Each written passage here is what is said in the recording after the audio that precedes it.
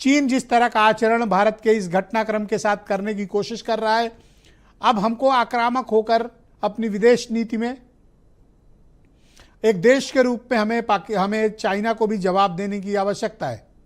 China के साथ जो हम एक्सपोर्ट इंपोर्ट कर रहे हैं उसमें हमको अरबों डॉलर का घाटा है, लेकिन चाइना को लेकर भारत को कोई सख्त कदम उठाने की आवश्यकता है, क्योंकि अगर अफगानिस्तान को भी अपने साथ सम्मिलित करने में कामयाब हुए, इन दिनों हमारा बांग्लादेश से भी संबंध खराब है, हम अगर अफगानिस्तान भी हमारे साथ से चला गया तो एक पूरा का पूरा सर्किल आपके खिलाफ खड़ा हुआ है।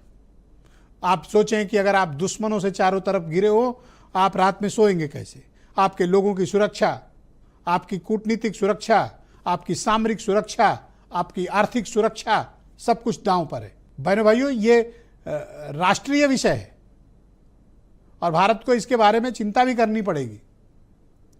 हो सकता है कुछ लोगों को लगे कि साहब ये उत्तर प्रदेश की बात करते करते देश की बात और कहाँ अफगानिस्तान चले गए, लेकिन बहनों भाइयों, न शहर कुछ है न प्रदेश कुछ है, हमारा देश सब कुछ है।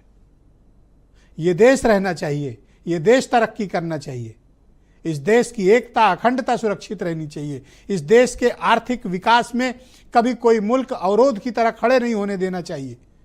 हमें उसकी रीढ़ की हड्डी पर प्रहार करना पड़े तो हमें कोई संकोच नहीं करना चाहिए। अगर हमारी आर्थिक नाकेबंदी करने की कोशिश पाकिस्तान और अफगानिस्तान के साथ मिलकर चीन करना चाहता है तो हमें जवाब देने की आवश्यकता है।